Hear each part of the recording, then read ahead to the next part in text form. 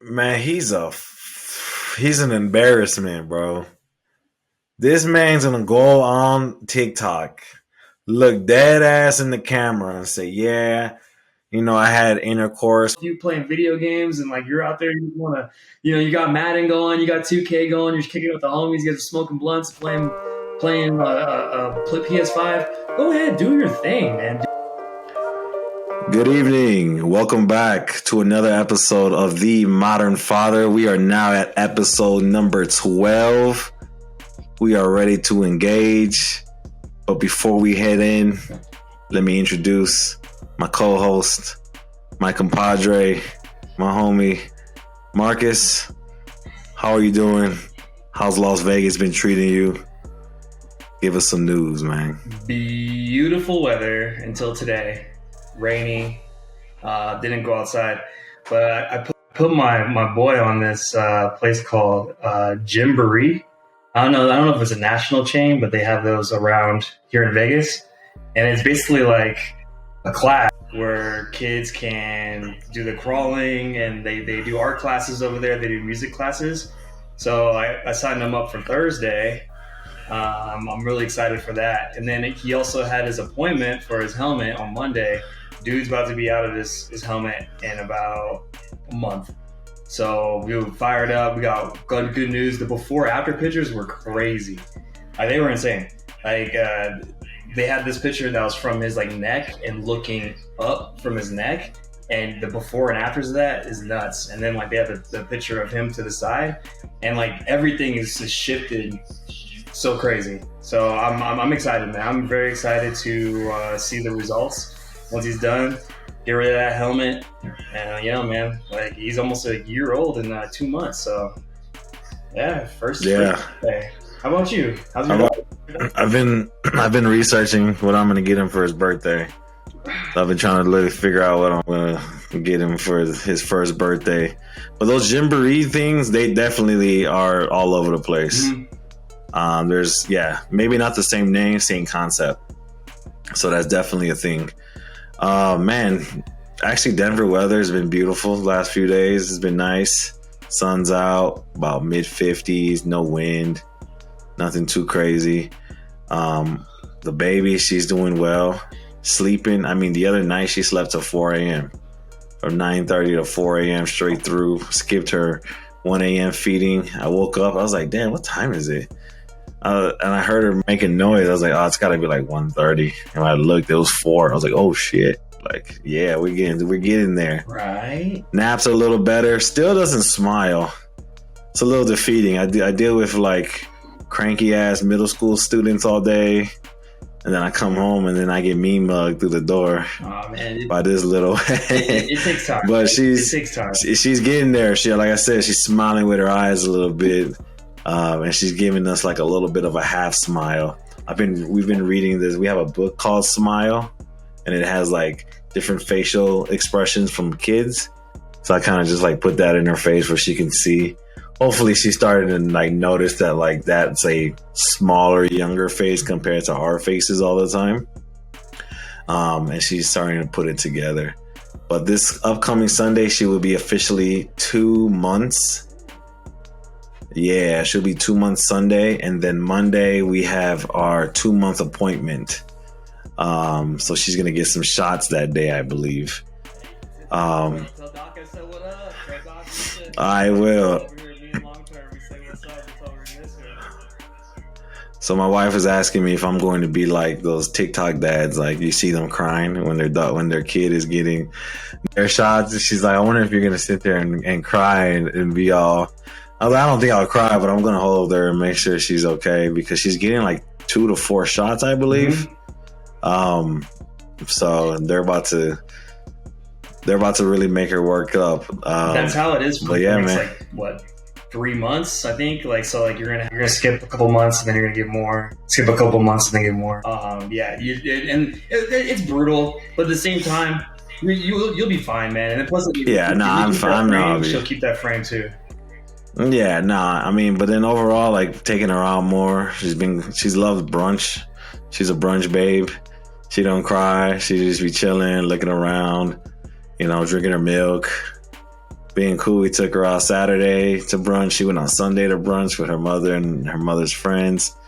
Yeah, it's been nice. It's getting a little bit more manageable. I think everyone I talk to is like, once you get out that first 3 months, it starts to get much better.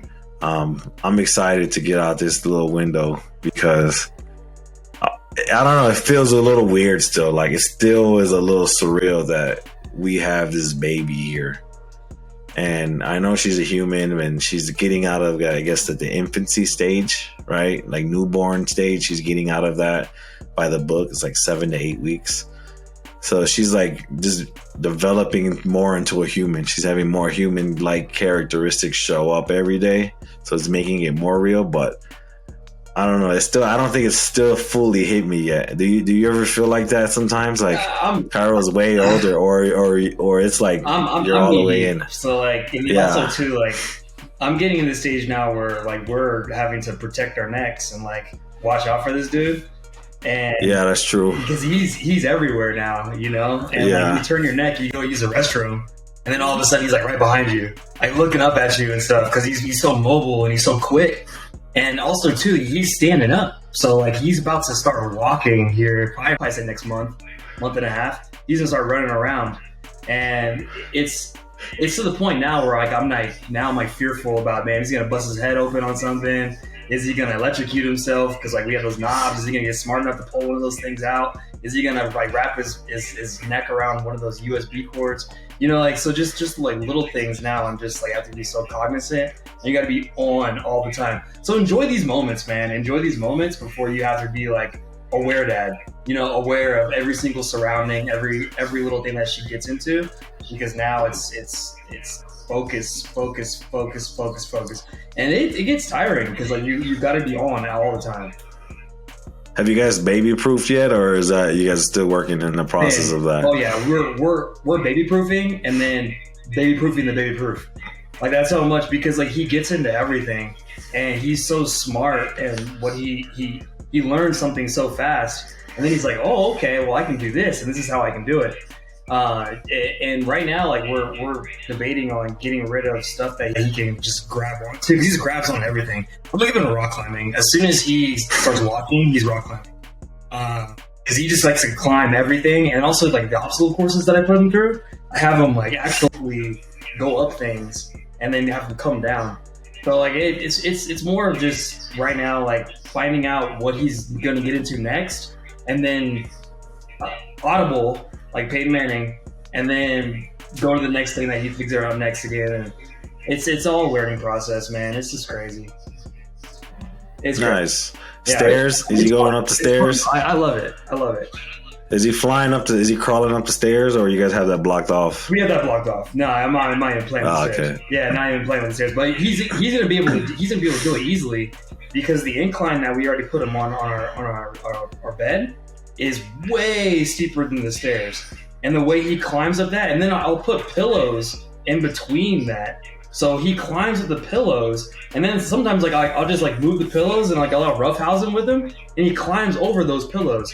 So he's just, his dexterity is crazy, and like also his leg strength is insane too. So yeah, we're every day's a new like deal, and I can't wait till like it warms up a little bit more because we're gonna have him on the grass and make sure he doesn't have like grass allergies and stuff. But I want him like in the grass and like doing all kinds of crazy stuff too. So yeah, we have big plans coming ahead. Nice. Yeah, I'm looking forward to when we hit that phase. You know, I'm just working on getting her to roll. You know, she kind of wiggles. She wiggles a little bit, but she hasn't rolled over yet. But she wiggles. She's starting to wiggle a little bit more. I mean, the neck strength is there. Tummy time lasts a little bit longer. She got a mean left hook, bro. She just be laying there and she'll just swing. So I'm excited though because it's her left hand. Mm-hmm. She's starting to favor her left. She's favoring her left hand when she's doing stuff like that. So it's funny. You put on her back and then like I'll be at work and my wife will send me a Snapchat and she's like, we have like this little ball thing that hangs and she's just like left hooking it over and over again. Yeah, she's just like waiting for it. Like she's just looking at it, and then you'll just see her arm just like whoop, like a little cat. But I'm excited that she's favoring her left hand. Oh, that's so dope, we'll see how that develops. The spinning thing, like once they get used to the spinning thing, it becomes like a thing where you're changing the diaper, and they'll start spinning while you change their diaper. And for him, I call it the alligator roll, because like he'll do like super quick spins. Like it'll just be like almost like he's like doing like wants to go to the push up like right away, and it throws you off. And then when he has like crap on his ass, and so like you're trying to change the diaper. Yeah, no, she definitely does a little footwork. She hits her Chicago footwork, and she like it's just like hey, wait, what are we doing? Yeah, she stepped in her shit the other day. I was like, come on, dude, yeah, I hate that. But I was like, this is disgusting. Eventually, like your daughter, I don't know, like my son does this, and I don't know, like put in the comment section if your kids do this, but like the routine comes so natural that like he like holds his legs like for you. You know, like, so he grabs his legs and he's like, all right, clean my ass right now, you know, like, something, you know, and I'm like, dude, like, you're kind of wipe my ass, peasant. Right, like, this is helpful, but at the same time, I feel like, hey, don't use me, you know, like, hey, quit using me. Demeaning me. I'm like, hey, man, if you could do that, then you might as well just wipe your own ass at that point. Exactly. Like, and also, we're trying to teach him to hold his own bottle right now, too, and so, like, right now, I feel like I'm like he's like the pharaoh, and I'm sitting there with a gigantic leaf and just fanning his ass. So it's like, yeah, man, hold your damn bottle. I definitely put, when I'm feeding her, I'll put her hand on the bottle. So she's not really holding it too much, but she's getting that. She's getting used to having that form at least down. It's important, you know. That's important because like we pamper him so much that he doesn't even like. He's just like, oh, feed me, you know, like it's time. You know, so I'm like, put your dang hands up. Grab this bottle. You know what time it is. You know what time it is, Dad. Right. It also too, like, man, he's almost 1 year old. You better grab your own bottle and feed yourself. He's like, at this point, you know what? Bring me a grape too while you're at it. Right. Where's my food? Chop chop. Summon. He's like, you name me some Egyptian shit. Now you gotta treat me like a pharaoh. Mm-hmm. The royal penis is clean, Your Highness. Shit. Ugh. I warmed up. Yeah, good little warm up right there. I love talking about my kids. And also too, I can't wait to see your daughter, man. Like it's gonna be like crazy getting out there. Hey, so I read these Reddit posts, right? I'm on these Reddit feeds. I'm on like parenthood and like father and like what would you do feeds. And this one came up, right? So this dad is paying his daughter's like a car payment. Daughter's in college, she's doing her thing, and then dad's friend goes to his job site, and one of his homies was like, "Yo, man, hey, I saw your daughter over there at the strip club. She was stripping." Dad was like, "Wait, what? Like, really?" And so dad started tripping. Dad comes back home and was like, "Hey, I'm not paying your car payment anymore. It's done. It's over. Your car payment's on your own." And then so daughter was like, "Well, why aren't you doing that? Why are you cutting me off? I'm just making this easy money right now." Well, dad was like, "If you can make easy money, then you can make easy payments." The comment section was lit. The comment section was like, "Hey, like dad, like this is your responsibility to pay her bills. Like you shouldn't cut her off and different things like that." What do you feel about that, modern father Benji? Ooh, that's tough. First of all, his homie's over there tipping, and he's probably been there a few times before he decided to say something. So, shame on him. Man, that's tough, bro, because that's tough, man. I can't even imagine, like, how that feels to know, like, your daughter's out there stripping. You know, like, I think this is traditional father coming out right now. I think I might make her pay her own bills as well. I might have to make her pay her own bills as well. I would be a little disappointed if I've been an active, engaging father her entire life, and she turns around and becomes a stripper. I don't care if it's part-time or not.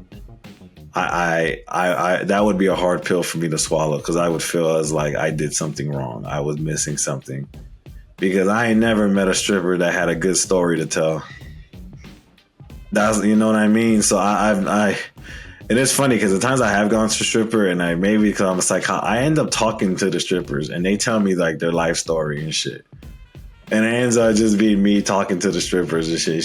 They stop dancing and everything. Like, I don't know what it is, but that happens more often than not, and it's kind of hilarious. And I've never heard a good story. I've never heard a good story of a stripper like, yeah, you know, my dad was great, and we did this, and my life was lovely. They all have like traumatic histories and backgrounds. And so that's definitely, I would feel like that's a reflection of something I was missing out on. Now, a part of me would probably try to have like this conversation of like, how much money are you making? Like, if it's only stripping and you're like not balling in because you're not doing, you know, the other shit in the back room, maybe there's some flexibility just because you're still in college and you're still kind of working on your independence. But at the same time, like, I've always paid my own way as well. So like, whether I'm a male, you know, it doesn't matter. I've always had to pay for all my vehicles. Anything I wanted on top of anything that wasn't like a necessity and it was more of something I wanted, I had to pay for it. I've paid for every vehicle I've had since I was in high school. Paid for anything extra I wanted. I had to pay for that. So I understand where this father's coming from. Like, yo, you're making all this money. You can pay your own. Like, you can pay your own way. Yep. You know, man. I was like, I'll pay your school. I'm not paying your car. Right? Like, I'll pay your school, but I'm not paying for you to go strip, bro. If you're stripping on your own, then you can pay for yourself to get there. I will pay for school. I'll do that, but I'm not paying your car so you can go and shake your ass for other 40, 50-year-old and all my homies are over there.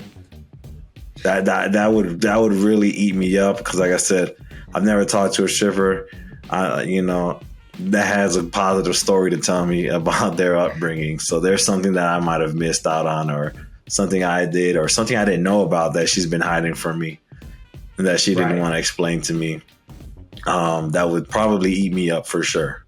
Right. For sure. She would eat me up. It's like acid, you know, you ask yourself down the line, where did I go wrong? Yeah. What could I do better? Why is she making this choice? It's for a father. It's traditional dad coming out, slap in the face. You know, it's a little slap in the face, especially if you had a good upbringing, a 2-parent household, and that, because like I get it, like girls and women, they go off to college, and then it's just like from there, it's just like, hey, okay, like you're on your own at this point because I'm not there. You're gonna make decisions. Hopefully that you make smart decisions that reflect your upbringing. This right here, because like you said, I've had conversations with, you know, the dancers, and it's so crazy their lives, you know, either like, you know, they've done a whole bunch of drugs, you know, because like they offer a whole bunch of drugs, you know, they get propositioned, you know, and it's so hard for them. It's like, if it's a slow night and a dude comes in and he's dropping like 50 grand, you know what they're doing for that 50 grand, you know what I mean? It's like kind of obvious. It's like you're doing something off the books at that point, and it's scary. It's like, dude, like, oh, I don't want anything like that to be affiliated with my family and my family members.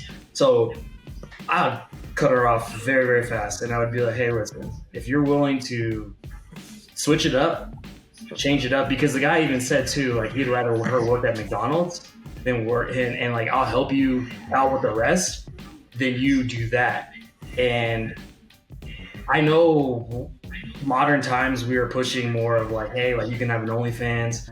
Like, I know, dude, have you seen your Instagram feed? Like, if you look at your Instagram feed and you look at your reels and the stuff that they suggest to you, it's all seems like scantily clad women. You know, just women dancing around, like women doing like body checks and women jumping around, and you know, biddies are bopping. Yeah, you know, like all the time. And it just seems like that's the new modern wave of monetization of women nowadays. It's just like, hey, I wouldn't even say it's new. I would just say it's more. It's more available for consumption. yes, Right, like yes. back in the day, it was like magazines and shit. Like you had to buy a magazine, and you can only get those magazines from a certain place. And then it was like websites, right? And then you had like those websites you can go on to, and now it's just like I can make an OnlyFans. I don't even have to be a person. I can be on Instagram. I can be on Snapchat. I can be all over the place. Sex sells, you know what I mean? Unfortunately, and I would just feel like I would take it more personal. I would feel like a failure as a father if my daughter felt like she had to resort to that in order to get by. I agree. I like if that's what she felt like she needed to do to get by, nah, that would definitely hurt. It would break my heart. It would break my heart. I definitely would lose a piece of myself right there. Yeah. The monetization of because even like the feet pics, you know, like nowadays, like, you know, like women are selling feet pics now and like tons of money. So yeah, hey, but you know what though? Your body, your choice. You can do what you want, but when like just like free speech, there's consequences to people's actions. You know, like so like if you start an OnlyFans and then you end up having a kid, and that kid's going to school, and then those middle school kids want to be like, "Hey man, I saw your mom for $7.99." Like, don't be mad, you know. Like at that that's point, tough. It is, and that's how I thought life is. It's super tough, you know. And that's how life is, and these kids are brutal. So you just got to think about like, hey, like this stuff is forever. And if Johnny Schmo is, you know, on the job and he's like, bro, I just saw your daughter out there, you know, working the pool, like that would, oh, dude, that would break my heart. I'd probably punch that mug in the face. I probably would too. Like, I probably would do that. And I know I'm wrong. I'm wrong for that. Right. No, I'd be wrong for that, but I probably would swing on buddy. I'm wrong, and again, I'd have to live with the consequences of whatever that person wants to do. But right. that shit would piss me off. How would you approach? Like, say for instance, like you were the guy, right? Say you were the guy, and like your dude was on the job site, and you're like, dude, I just saw your daughter, bro. Like, how would you approach him? And like tell him that this is going. It depends on the person, man. Like I don't like. It depends on the person, and it depends on the relationship. You know what I mean? Like if you're like like we're cool, but we're not that close. If we're not close, I'm not gonna tell. I'm not telling you shit. I'm not telling you shit. If this is like a girl that I like grew up, I've watched her grow up. I'm going to tell the father. Yeah. I don't like getting involved in people's personal lives. No. Because that gets messy because people get mad at the wrong individuals and like shoot the messenger. Right. You know what I mean? And I've been the messenger a few times and I've gotten shot. You know what I mean? I got shot execution style for being the messenger. And then I've been other times where people got mad at me for not spilling the beans on a personal matter. But I'm like, that's not my business, man. And I was raised to mind your own business. Right. Don't get involved in people's personal lives. Let them figure that shit out and let them come to their own conclusions and kind of figure it out for themselves. Yeah. But like I said, I would just like, yeah. Yeah. I'm going to feel like a failure. I missed something. I did something wrong because I ain't never met a stripper or dancer with a fucking great story. I don't know how I would approach old boy, but if that was like my dude, I'd be like, bro, hey man, yeah. Dude. If I met you like recently, like we're not that close. I'm not getting involved with that. Yeah, I don't want to do that too. That's a hard conversation. That's a hard conversation. I'm not gonna have an unnecessary rough conversation with you if you don't see me as that close of a person. Like I said, man, the messenger gets shot all the time. All the time. So I'm keep the boundaries, man. Personal is personal, and that's your family. You handle your family how you want to handle it. Right. Would you like have like a picture sent to a burner account? You know what I mean? Like you got like a burner account, you know, like nah, I'm not doing all that. Nah, that's too much. Or you call them up with your voice changer, like, this is nah, hell no. If anything, If anything, I'm like, man, let me make sure my daughter ain't out here stripping and shit. Let me figure, look there. Did I fuck up any time on this way? There's some reason why she mad at me, trying to make me look bad. Or Right. like, damn, did I do something? Let me call her up, make sure she's still in class and shit. Right. She's in class, not shaking ass. Yeah, like no, man. That's a well said right there. Hope you better be in class instead of shaking that ass. For sure. Well said on that one. Well said.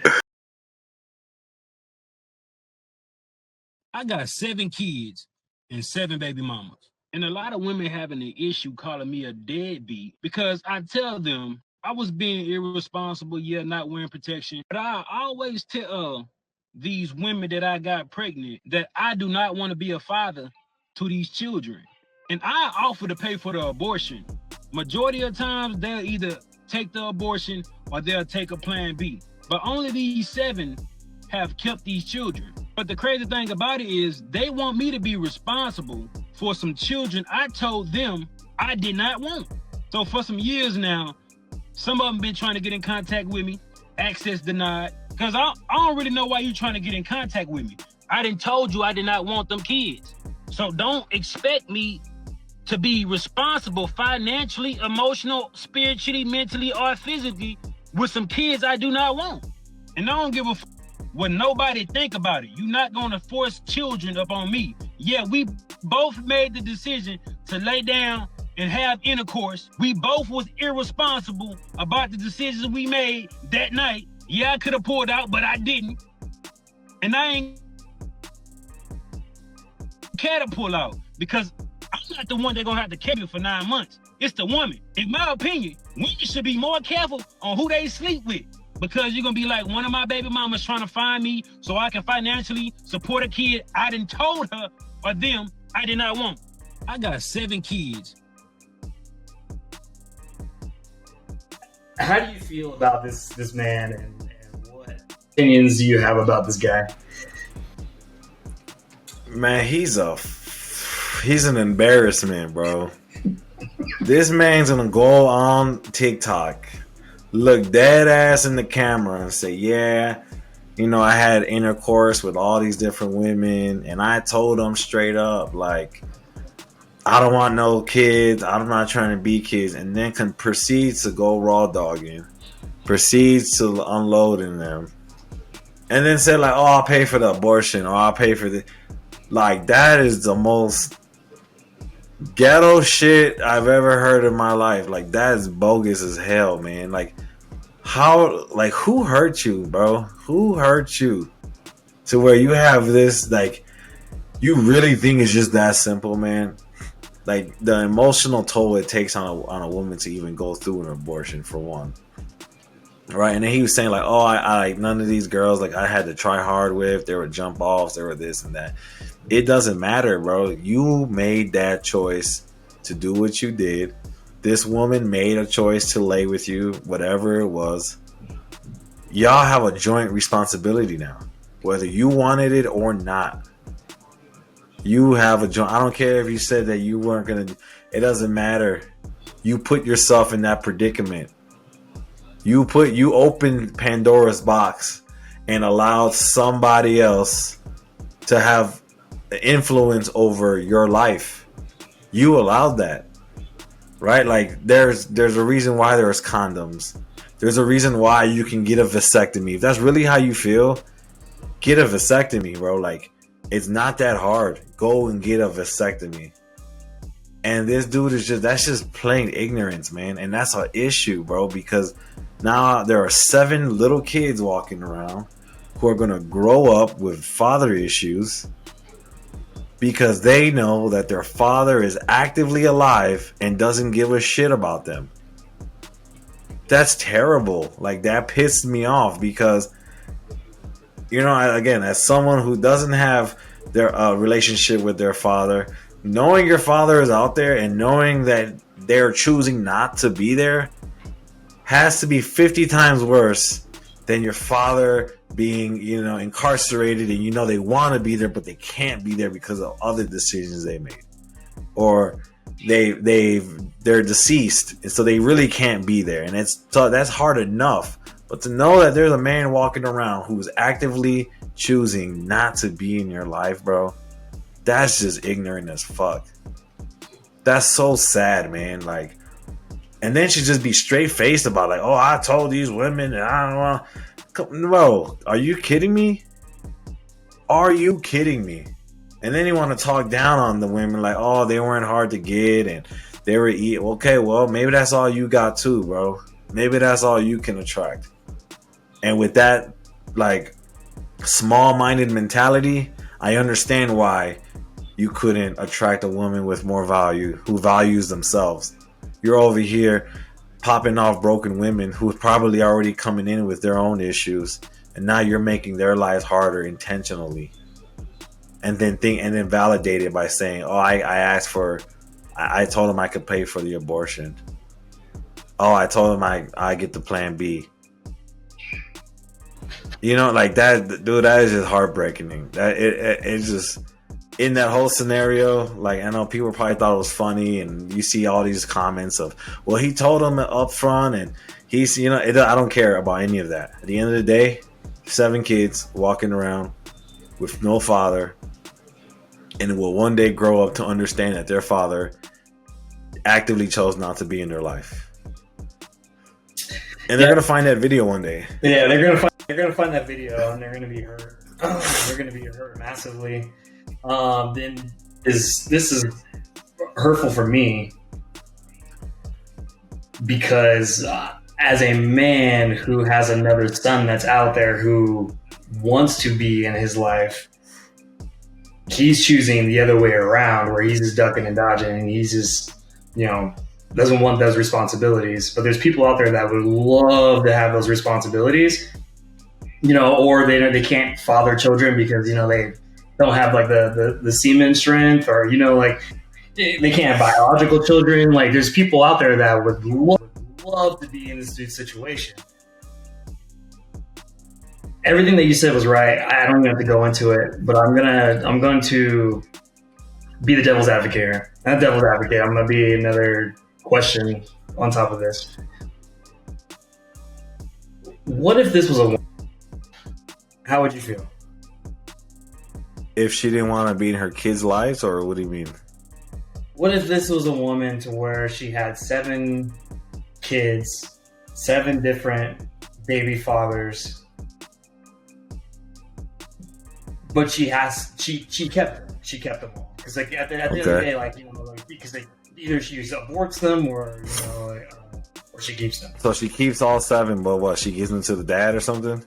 But no, she doesn't give them to the dad. She just keeps the dads out of the lives, and she's like, I don't need you. I'm just gonna get you. I'm just gonna eat your child support, and I'm just gonna go on welfare, and I'm just gonna have 7. I mean, but she's a piece of shit too. I mean, it's the same. She's a piece of shit too. I mean, that's terrible. I mean, it's the same outcome, right? You're still having it. You're still being vindictive. You are still being selfish, and you're still, again, keeping your kid away from an opportunity that they need. Not even an opportunity, a necessity in life. They need both of their parents. Mm-hmm. Yes, there are success stories of individuals. Yes, I get all that. There is. But more often than not, if you don't have both parents, you end up having some type of trauma in your life. You end up having better results. You're more like, all the bad statistics all come back to your upbringing. Yes. So why are you're out the gate actively choosing to set your kid up for failure? You're making their lives intentionally harder, to where they have to fight and fight for everything they get, and figure out life in order to get to where other people are getting to, and they've been guided to by both of their parents. That's just, to me, that's stupid, and it's selfish. And all those people are just as miserable as, like you were saying, your example of, like, there are women out there who can have children. There are married couples who are spending thousands upon thousands of dollars to try to have one child. hundreds of And now, thousands. Oh my gosh. you know what I mean? And now you have people who are just actively choosing not to be in their lives, or actively choosing to be vindictive and keep one parent out the life. That's just, it sucks, man, because regardless of what is going on, the end of the day, that kid loses, man. That kid loses, and more than likely gets swallowed up by the system. Yep. They become Jail. another statistics. Jail, or jobs they don't want to deal with. You know, mental health issues, drug dependency, alcoholism, homelessness. It's like there's nothing positive that really comes out of there. Moms. It's brutal. It's brutal. The statistics are you know what I mean? And other kids like that, and I put myself in that category. We're not the norm. We're the exception to the rule. Mm-hmm. All right, we are the 10%. You look at a standard bell curve, we're the 10%, the 12.5% that actually can make it. Ends up being us. Mm-hmm. The norm is not the norm, and it's just really frustrating. Was 30. She was in her 30s. San Diego woman who worked at a middle school has an inappropriate relationship with a 13-year-old. A Texas lunch lady who was married and was also in her 30s also had an inappropriate relationship with a 13-year-old. Back in our day, if we were in school, what we would have said, this is macking? Or is this pedophilia? Oh, for sure, macking. 100%. 100%. But still wrong. It's still wrong. Shouldn't happen. You're imprinting on children. The long-term effects of that is more of the harm than maybe that necessarily act in that moment. You are exposing kids to emotions and feelings and intimacy that they don't understand yet, and now they're more likely to believe that level of intimacy looks like that, sexually driven. You are preyed on somebody. Mm-hmm. But definitely as a teenager, you believe that you are doing it. Like, you're the shit. But again, if it's the other way around, it's a witch hunt. If it's the women who are doing it to the boys are called pussies for telling somebody. It's really messed up. Because again, those boys are just doing what they think they need to do because they believe they need to show that they're a man, and they go for it. And a lot of them think they're in control, and they're really not. This person knows what they're doing more than you do. You're just You're just a ride. You're just along for the ride. Mm-hmm. Yep. So yeah, no, I did see that though. Do you believe that sexual assaults among young men, young boys, teenagers are very underreported just because of those situations? Like, absolutely, because the stigma. Say something about this, Because the stigma around it, man. People are gonna call you a pussy. They're like, "Why are you complaining? You're supposed to do this, and you're supposed to have sex, and you should be happy," and things like, yeah, absolutely. I think it's underreported. Yeah, I think this happens more often than we think. I know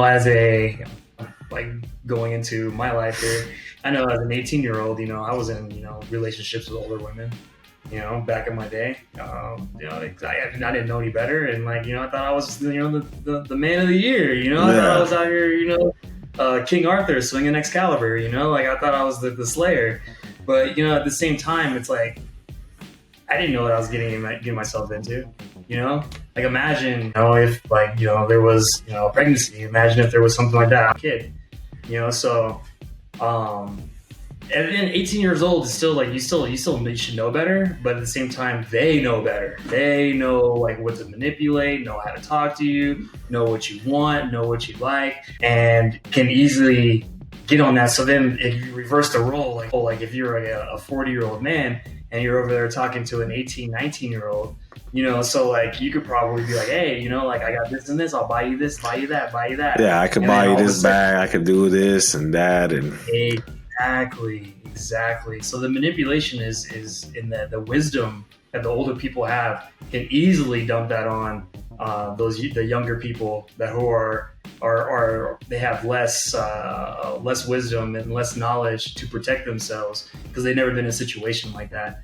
And these poor 13-year-old, the 31-year-old who got with a 13-year-old, they end up being pregnant. 31-year-olds end up pregnant. So like imagine like you're 13 and now you have a kid that gets awarded custody to the person that's your abuser. So like that to me is just insane. And no jail time or nothing. And now like he has to live his rest of his life as, man, I gotta go, bi-weekly or weekly or whatever you see to see your child. Go over there and go see my abuser all the time. And then you have to explain that when they're older. I mean, when their kid is 13, I'll be 26, and then she'll be 44. Yep. And is publicized, and most people don't leave where they're from. And Colorado Springs ain't that big. Yep. So when everyone's gonna know who that kid is and whose kid that is and where it came from, and now they had like just kind of like when those kids or their moms are on OnlyFans, and their friends find out or kids in the school find out, kids are gonna dig this shit up one day. Right. And again, because of other people's actions, now this kid has to live with that story. Right. On the other scope of it, from like the teacher's perspective, like people inside of those buildings are supposed to be protecting and nurturing young children, and instead we have people taking advantage of young children. Is there any tips or any kind of advice that you would give parents to make sure that like you can discover something like that is going on as possible? Man, that's tough. I mean, I guess it's just like anything else to make sure you're able to have an open line of communication. I mean, I guess it would be obvious shit like if your kid's like staying after school with this teacher all the time and there's not really a need for it, or you don't understand the why. I don't think it's as clear. I don't think it's as simple as that question made it seem. Like, I don't think there's anything obvious. You just want to make sure that you know who the people are in the schools. Most everyone is background checked from the get-go. So these are like they've either been very sneaky their entire lives, or they found somebody they really liked and they couldn't resist themselves, which is just as terrible. But just the better your communication, the better relationship, the better the outcomes. I mean, again, I guarantee you, this kid doesn't have a great relationship with somebody in his family, or they're missing somebody that they need, and they found comfort in this adult, and this adult knew that they were finding comfort, and then one thing led to another, and now there's another baby involved. So, yeah. I mean, it's always going to have to boil back on us as parents. Yeah. Women, go on Bumble, go on a website. Swipe right, bitch. You over there. Don't be swipe right, not on the board, shorty. Come on, man. Quit pulling up to the local middle school and to get you a man. It's not a good look. Come on, man. We already got to deal with dudes doing that. Come on. Right. Let's be better. Protecting our young Macks. Yeah, come on, man. Come on, man. What motivates you? What motivates me? For a long time, what motivated me was proving people wrong. I'm fueled by anger. Honestly, anger motivates me. My mom passing away when I was a kid motivates me. My father being incarcerated my entire life, most of my life for the last almost 23 years. That's motivated me.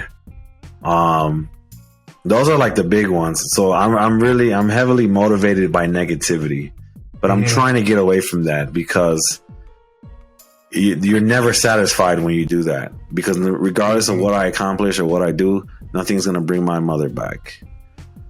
Nothing is going to make up for the time that my dad has been incarcerated, regardless of how successful I am. So now what motivates me is, obviously my daughter, right? I mean, we're in a tough time where inflation and job market is crazy, and, living in a different state, and she motivates me now. She's the reason why I have to keep going. Now I really can't give up. It's not about me and just me. At some point, to an extent, it's still about me, but it's not only me. Right? Because you definitely have to do stuff for yourself. And I think I've always done stuff to kind of get back at the naysayers, or kind of distract me from hurt that I felt or loneliness I felt. And now it's fulfillment, right? Self-fulfillment. Like, I think I went to college and I'm studying school, and I did all that more to understand myself, not because I loved, like, I never saw myself working in the school. Never. Like, I knew I wanted to work with kids, and I just knew kids had to go to school. So I just I'll try that out. But like, I don't love working in the school. It's not what I see myself doing for the next 40 years. Especially how times are now, where there's so many different options of ways to get income. The last thing I want to do is work in a school forever. Right. I do not want to do that. I appreciate what I've learned, and I know a lot about schools. I know a lot about children. I know a lot about psychology, but I'm not as motivated by that anymore. It doesn't make me feel alive when I wake up. It doesn't get me going like it used to. And I would say I felt that even more after my own daughter was born. And I felt like I was just been trying to fill a void of my own childhood and helping kids be better during theirs. And now it's just I look over and I'm like, I'm kind of over this right now. I'm kind of over this. I feel like I've done it enough, a long time, dude. I've been working with middle school children since I was 19 years old. Same age group, primarily. I mean, since 19 to this current year, I've done maybe a year and half a year of ECE. Did a year in ECE. I've done 2 years in elementary, but there were still middle school kids in the building that I worked with, during recess and shit like that, after school activities. I did a year in a high school as an intern, but then even when I was interning, I worked at a boys' home, and I always worked with the middle school age boys. So I've always worked with middle school, and I'm just I think I'm ready to close that chapter. It doesn't motivate me as much, and I feel since my daughter has been born, it's I think I found what I was looking for. Right? Fulfilling, and being there for another youth. And now I have my own. Yes. And I was all right, now I have my own lifetime project. Yeah. Yeah. Yeah, it's crucial, because I think this whole 15-year journey, especially after my first son was born, was to prove that I'm a good father. I had so many opportunities for him, for to be there for him and all this stuff, and then a lot of it was my own doing. A lot of it was me getting torn away from me. I think now that I'm parenting full time, and that I'm here for my son, my newest son, dude, I'm feeling joy. I'm feeling I don't have to try as hard anymore to earn that good father label, because I'm parenting so well, and everybody who sees this kid is just man, your kid is awesome, you're your kid, and all that stuff is this affirmation of dude, I'm doing something right. I'm doing something good. I gotta keep this up. Everywhere he goes, he just gets positive affirmation. And that positive affirmation I take as dude, yeah, I'm his dad, and like I'm killing it. So then if I'm killing it with him, why can't I kill it over there? You know what I mean? So like that constantly motivates me. And like right now, I'm trying to make the steps right now to make sure that before this kid turns 18, he knows that I was always been here, that I'm always going to be there for him, and that I love him to death. And then like whatever happened in the past, hey, it happened. Like I'm going to be here for the next, 20, 25 years until I have a heart attack and I croak. What is the thing that is stopping you from achieving your goals? Doubt. I would say I can become a very negative person when I'm thinking about myself, and I overthink. So I get myself caught up in my own thoughts very easily. I can get really anxious. I've never been diagnosed with anxiety or nothing like that, but I do have some anxiety, and it does get in my way. Right, and everyone has anxiety, and everyone has a little bit, but it becomes an issue when it interferes with the progress you're making. And it's crazy because for someone who like went to college without knowing anything, went to grad school without knowing anything, moved to Colorado without knowing anything, I didn't have none of those fears. And I would say as I got older, I become more anxious, and I second guess a lot. I started to second guess myself a lot. Because I have a lot of ideas, and I feel like I'm really good at giving other people ideas and motivating other people. And I was like, sometimes I look at myself like, fuck, man, why can't you take your own advice? And everyone's like always telling me like, oh, you're so great and you do such a great job and you're doing this. And I'm like, I haven't even scratched the surface of what I really want to do. And I get in my own way. And that's what's stopping me from achieving bigger goals that I think I can accomplish at some point. But I need to get out of my own head. And like that has started, I don't know, man. I don't know what happened, but I was never like that before. And it's just, I don't know if it's like this 30-year-old crisis where you're second guessing yourself a little bit more, or maybe I just got too comfortable with my lifestyle of like, I have a good job, and I made it fairly far. I became an assistant principal at a young age, and I was a distinguished rated psychologist, and I had a central office job. I've done different things. I've won some awards, but I always feel like I can do more, and I just haven't put the pieces together.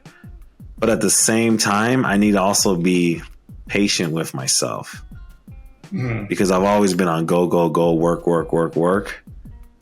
And sometimes I just need to stop and reevaluate, reflect in order to know what I'm going to do next. But I'm definitely, I don't know, maybe it's like, I wouldn't say self-esteem, because I do feel good about myself, but I definitely, I don't know, I can't think of the word right now, but I'm my own barrier.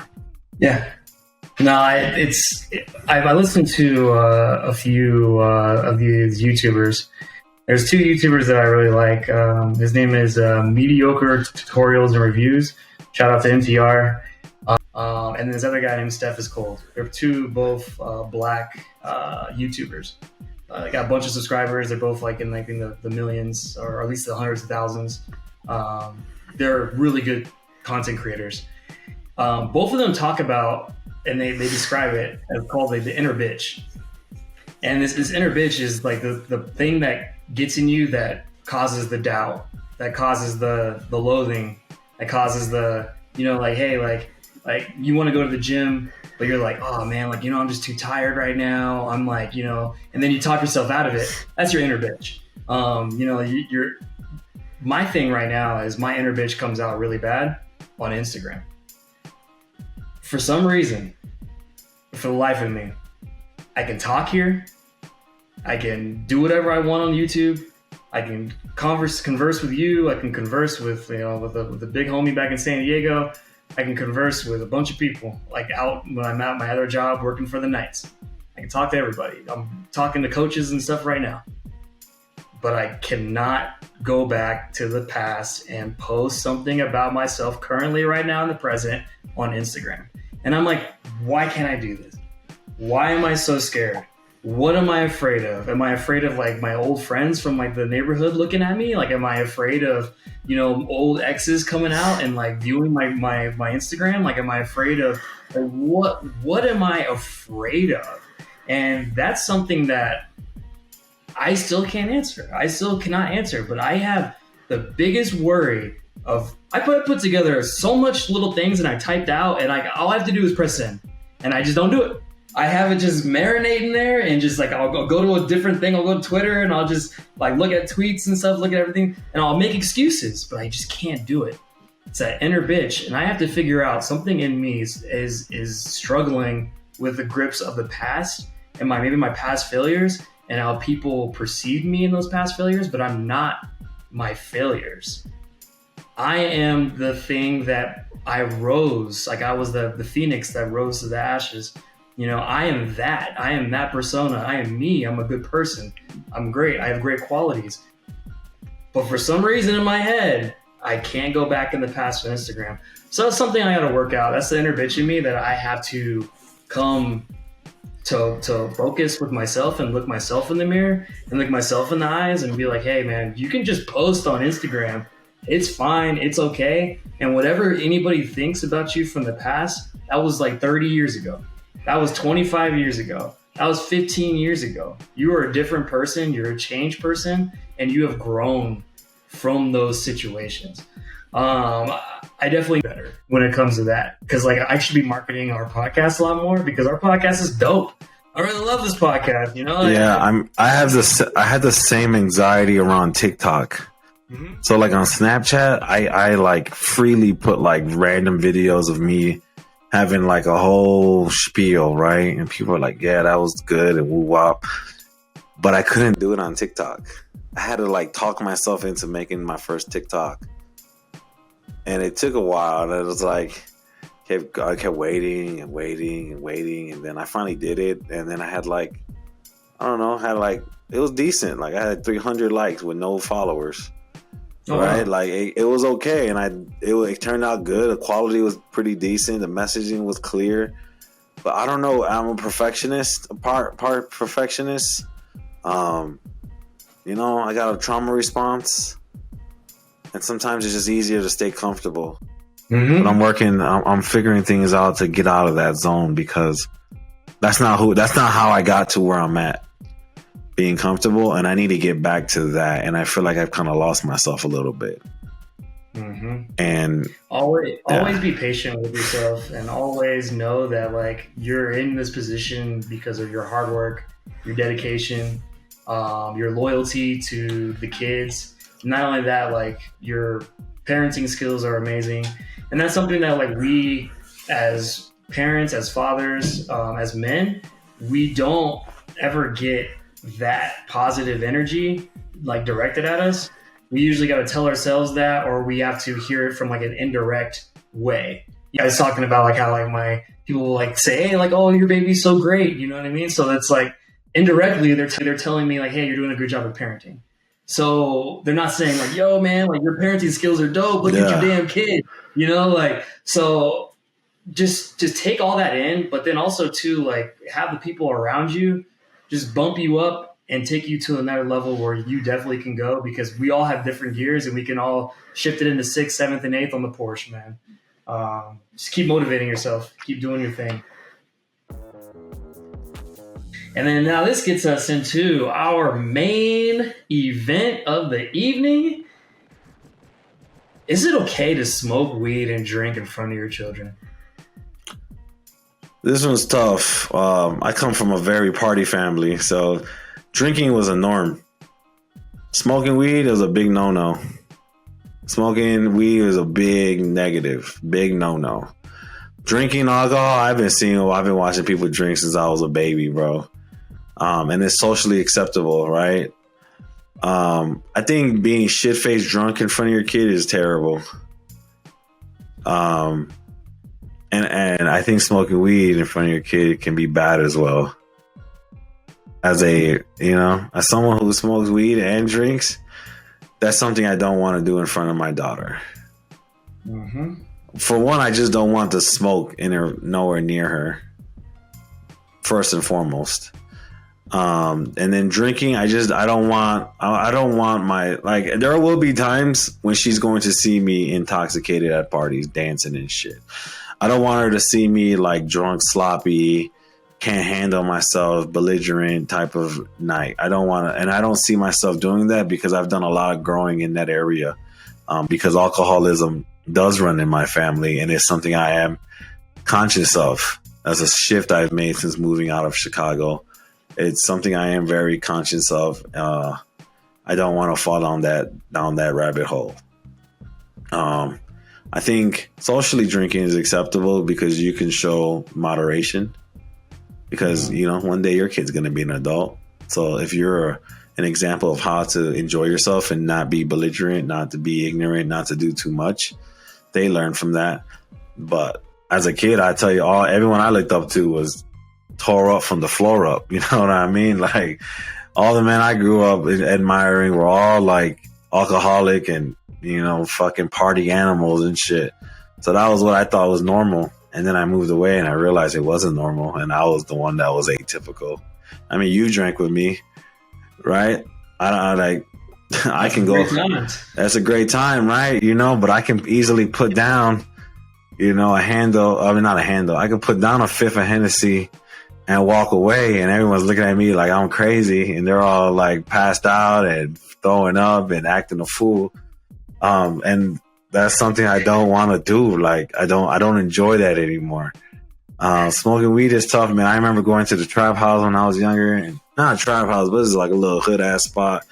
And homie we smoking and shit, drinking 40s, and buddy ass had his little ass kids there, and I had to leave. I couldn't do it. I couldn't sit there and smoke a blunt, drink a 40 with a fucking 3-year-old looking at me. Right. It bothered me too much. It bothered me, bro. I couldn't enjoy it. I was like, yo, what's up with your kids, bro? Like, can you take them somewhere? Why do they got to be right here? And I couldn't do it. And I think about that every now and then. And it's just, I don't want my daughter to have that type of experience. Again, socially drinking, I'm sure she'll see me socially drink. Smoke marijuana, nah. No, I'm not gonna smoke. I'm not gonna smoke. I don't smoke cigarettes or tobacco anyway. But like smoking blunts and shit, she's got to be away from me. She won't be directly in front of me. If I'm chilling with my homie, we have a barbecue. My homies is here and they roll up and I take a hit or some shit. Like, I'm gonna make sure she's nowhere near me, for sure. Yeah, man, I completely concur with you on that because like right now I'm on this little kick where, man, I haven't smoked in a minute. I actually passed a hair follicle the other day. That's how long it's been. Me too. 3 months. What's up? 3 months. 3 months. There you go. Yeah, man. It's a hard habit to kick, but at the same time, I just want to set. It's not even about like, for me, it's not the perception of it happening. For me, it's just how I am as a parent. If I'm gonna be lethargic, if I'm gonna be sitting there eating Doritos and like watching movies and stuff and like letting the kid just roam around and do nothing, that's on me. That's the parenting experience that I do not want to bring to my son. So that's why like I'm on the floor doing tummy time with him, like I'm exercising with him, like I'm working out, like I'm reading to him all the time. We're constantly doing stuff because I'm not in that mind state. I'm not, over here, struggling to move after smoking a bowl or something, And so I want to make sure like I'm in the best parenting position possible. And also too, when you have a new kid and you're waking up at night, I used to sleep through the whole night. And then when you have to wake up, you are groggy. Like you feel like you're all hungover from like, a weed hangover. And it's so hard for you to parent in those wee hours of the night because you're still high and you're still in your REM sleep and it's just a disaster. So I made the conscious decision. Was like, dude, I'm not going to do this. And then also too, like the one time I actually like did smoke and then like he woke up like when he was super, super young And I looked at him and I was like, bro, I'm not gonna do this anymore. And like I kind of felt guilty, you know, I felt really guilty, like as a dad. The drinking whole portion, I have nobody to drink with, so like I haven't been drinking. I'm all here by my lonely. So like it's being me in long term. And sometimes my dad will come over and like I'll have like a few sips. Like we had a few sips for the Super Bowl and whatnot, and like, you know, I was just holding them and everything and having a good time. But you know, like I didn't get crazy or rowdy, but I just want to set a tone for him. I remember back when I was attempting to raise my first one, I had court ordered drug tests. So like there would be random drug tests for me because during the relationship with my first my ex, you know, I would smoke around her and stuff. So then she's like, "Oh, you're gonna smoke," and so then she put me on these random drug tests. And at that point, like I quit, you know, because I didn't want to get fail. I didn't want to fail like my son and everything. But during those times when you quit, like you just realize like how much more focused and more energetic you are during those periods. I'm not against smoking weed at all, man. Like if you guys want to go do your thing, if you're single, you're ready to mingle. If you playing video games and like you're out there, you want to, you know, you got Madden going, you got 2K going, you're kicking it with the homies, you guys are smoking blunts, playing PS5. Go ahead, do your thing, man. Do your thing. But just when you start having that responsibility on your kids, just you got to think about what kind of parent you want to be. And when situations get thick and shitty, your kid gets sick. Like, are you going to be sitting there still, like, you know, smoking a bowl or popping edibles? And then, like, you know, like your kid needs you at your highest peak, and like you are at a medium, moderate level because you can't get to the high peak because you're smoking. So that's the kind of stuff, the situations that I think about, and the situations that I want to be tip top shape. So then I know I can be the best parent I can be for my son. Yeah, I also got to the point where like I feel like smoking weed just got routine, and I didn't enjoy it. Mm-hmm. Like you said, like I wasn't. There were little to no benefits for me. Mm-hmm. It was making me. I think it also has to do with like why I was becoming more anxious. I mean, I didn't. And the crazy thing, I didn't really smoke like that until I moved to Colorado, and I think it was just because it was right there, right down the block. So it was cheap. It was everywhere, right? I mean, it's just everywhere for consumption. It's normalized. You know, if you work out here in Colorado school district, they don't drug test for marijuana. You know, they can't because it's legal. And it's I don't know, but it got to a point where I didn't even enjoy it anymore. I was just doing, I was like, man, I don't even want to smoke. And I'm sitting here rolling. Like, I don't even feel like smoking. Why am I even rolling? And then I'll smoke, and then I was like, oh, damn, there goes my day. Like, my day would just be gone because I'm like, fall asleep, get a kush nap in, knocked out, chilling. And I ain't smoked, like I said, I haven't smoked 2023. And I don't feel great. like other people be like, oh, I feel great. I don't feel great, but like, I don't need the bud. Like it wasn't adding anything. Mm-hmm. You know what I'm saying? Like even and alcohol the same way. Like I haven't had a beer all year. I've had like maybe 3 shots of tequila and a little bit of wine. And that was when my in-laws were here. So I wasn't even on baby duty. And even then, like I woke up that day at like 2 a.m. to feed her, and I was groggy. And I mind you, I had 1 shot of tequila, not even a whole shot, half a shot of tequila, and like maybe like 2 glasses of wine. Mm-hmm. And I was like, man, this sucks. So I feel miserable right now. I didn't want to get up. And I was like, all right, I'm good. I'm good. I'll wait. Alcohol will always be there. Right. Alcohol will always be, it'll always be there. Yeah. It's been a lot better. It's just clear. And I started dreaming again. So that's cool. Yeah, man. Those dreams are crazy too, man. Dreams are nuts. Your self-conscious mind, the stuff that it thinks of. Like, man, I've been in situations in my dreams. I'm like, what did I watch? Why was I thinking about this? Like, you have people like that are coming like to your life that like, I haven't seen this person in years, and so like, why is this person in my dream? Yeah, it was weird. This location, forever. What the hell's going on? And so it's like I never even seen his location before in my life. Like, what the hell is this? So yeah, it's just little dreams are nuts, man. Yeah, I started. Yeah, dreaming, and I just wake up better. You know, I mean, it's easier for me to wake up. I mean, I think the biggest benefit I had was like smoking before yoga. Was great, just because I feel more flexible. I get into it more. Like it doesn't make me more flexible, but I think I just get into it a little bit more. It feels better because my body is a little bit more tingly.